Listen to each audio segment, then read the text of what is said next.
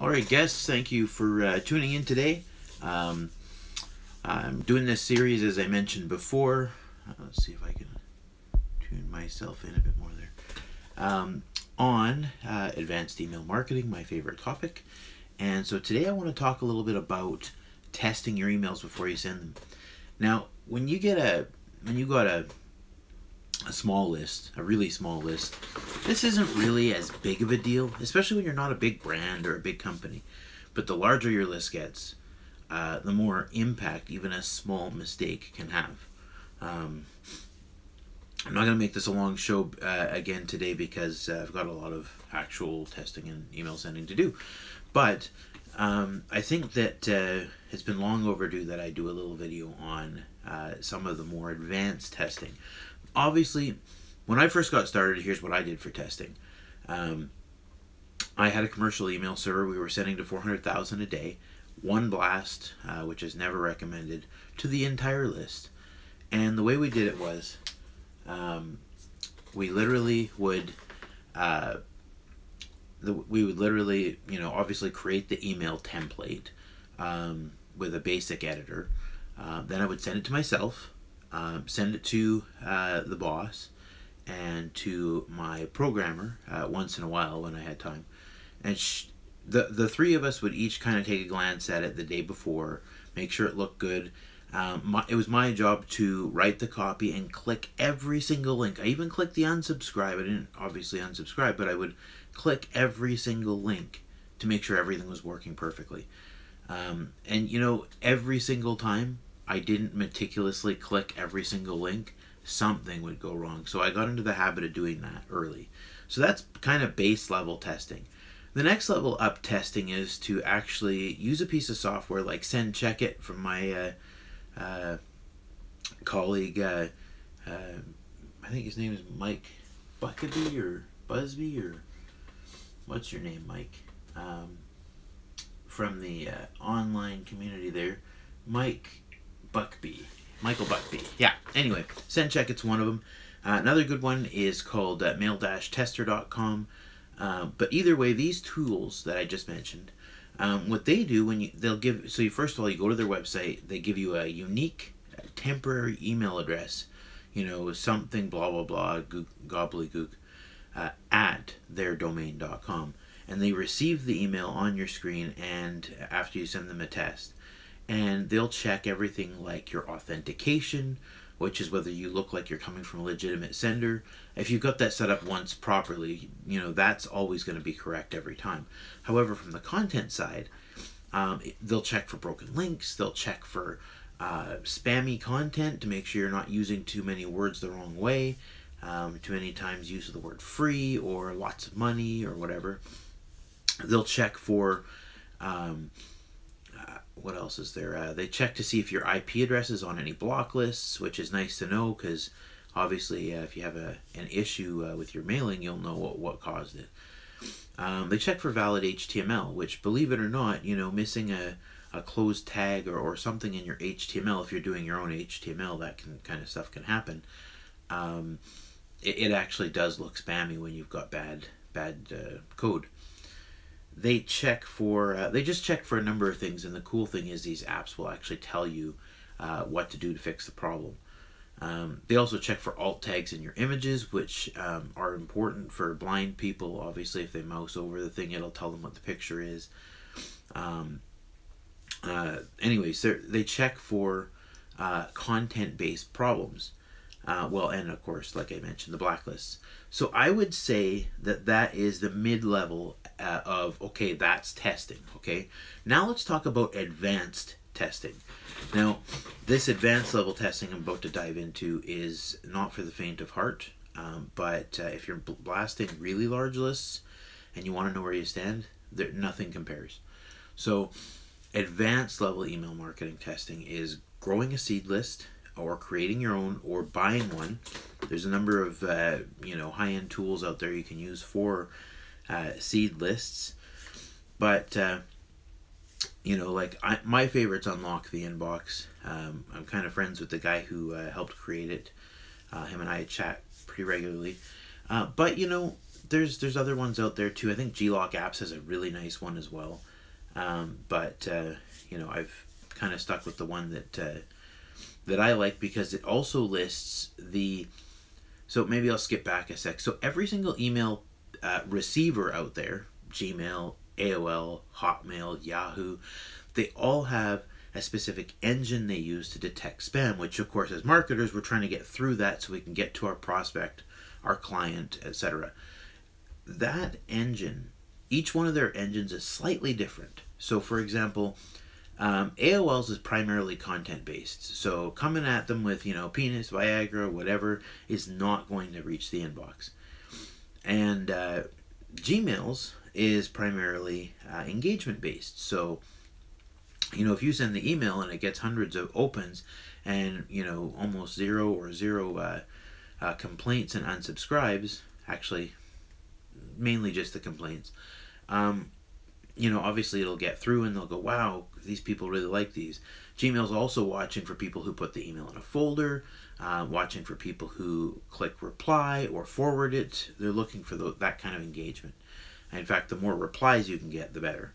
But let's not get too deep into that. So I like the fact that on his tool they actually show in each in each column, here's the provider that we're testing, your ability to reach Gmail, here's the engine, Postini or, you know, Xmail or some third party thing that client uses, and here was your, you know, your inboxing. Did you hit the promotions tab? Did you hit spam box? Did you inbox? And so this tool shows you that. They give you a list of 35 email addresses, and you insert them, you send your mailing to that list, and boom, you get a report 100 and some odd minutes later of how well you're doing. Now, I should say there's no such thing as a perfect seed test. There's a number of factors. First of all, people can accidentally train their seeds, and that's where you log into one of your seed accounts and you accidentally click on one of your own emails. You accidentally, or you remove an email from the spam box. Don't do that. Just leave everything as it is. You want to see it the way everybody else is seeing it, especially untrained accounts. But you're never going to be able to see it from the perspective of an engaged user. You're never going to be able to see it from the perspective of a rare user, somebody who hardly ever logs in, because obviously these softwares are automatically logging into these accounts, and in your own personal seed account you might be logging in to see how you're doing. So there's no such thing as a perfect seed test, but seed tests are still valuable, because if you encounter a situation where you have an incredibly low open rate, and you're just not, and you're wondering, hey, is this an issue with my content? Is this an issue with my relationship with my email list? Or is this an issue with my deliverability overall? Like, you know, maybe something's wrong with my provider, something's wrong with my authentication, something's wrong with the... I mean, obviously your first line of defense should be running those mail tester or send check it type tests first. Second test should be to blast your seeds and look for the error codes, you know, look at the headers. Oh yeah, I should also mention that Michael's tool, or sorry, Henry's tool at Unlock has the header information, so you don't even have to log into each and every single seed account to see the header that the client received, which sometimes includes Gmail's personal opinion on your email. We could also dive into signing up for DMARC and keeping an eye on your DMARC score via DMARC reports that you get in your email, and DMARC analyzers, which kind of give you the individual reputation score as provided by the people you're mailing, the people's servers you're mailing, not the humans you're mailing, but the servers you're mailing. So Yahoo will send you a report saying, we think you are this kind of reputation score. And then Hotmail will go, well, we think you're this. And you can actually sign up to the postmaster at Hotmail. What do they call it? Postmaster at Hotmail. What do you call that? Hotmail Postmaster login, which obviously gives you the ability to actually type in your IP address and see how you're doing at Hotmail, and maybe get some perspective on how many spam complaints they've seen from you, how you know, what reputation score they think you have, etc. Same thing with Gmail. Gmail's got their own Gmail Postmaster tools where you can log in and, you know, see what they think your IP score is like, and see your complaints, your bounces, etc. Now, some people think that they're going to hide by not signing up to these services, and you know, I think it's really funny because, you know, you think that by not signing up to these services they can't figure out what you're doing, right? Or at least some people think this, but they've got access to this data whether you're signed up to it or not. This data is being aggregated and compiled against you and your IP address and your domain name, even if you're not paying attention to it. So long story short, what I'm saying is that basically, if you you really have nothing to lose by creating an account with Google's Postmaster tools and Hotmail's, and I don't think Yahoo has one, but any of the major providers. AOL has a tool. I think it's a one-time use, check my reputation, but regardless, you have nothing to lose by signing up for these. And if you're mailing large lists and you have any concern whatsoever about your opens or click rates, especially if you're managing your own email server, but even if you're on Infusionsoft, GetResponse, iContact, you know, any of the major tools, you know, you owe it to yourself to investigate. And, you know, like I said, phase 1, just send a mail test. Phase 2, fire up a seed list.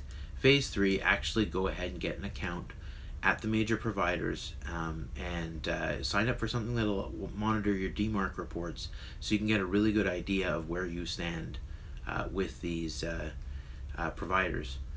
In case I forgot to mention it, with DMARC, you should know that first of all, you should, in your DNS records of your domain name, which can be edited at GoDaddy, Namecheap, or wherever you registered your domain, you want to make sure that your email address is in there to receive the DMARC reports in your DMARC record. Feel free to Google how do I make a DMARC record or something. But yeah, it's pretty straightforward. And then once you have that in your DNS records, when you start mailing, you'll just automatically get these random emails. You'll need to filter them in your inbox so they go to a nice folder, but you'll get these XML files. And to the human eye, it's going to take some effort to read them by hand. You can read them, but they're just not as easy to see, and compared to uploading them to a tool like Demarchian, where, you know, it puts a nice little fancy chart and actually makes them literally pretty to look at.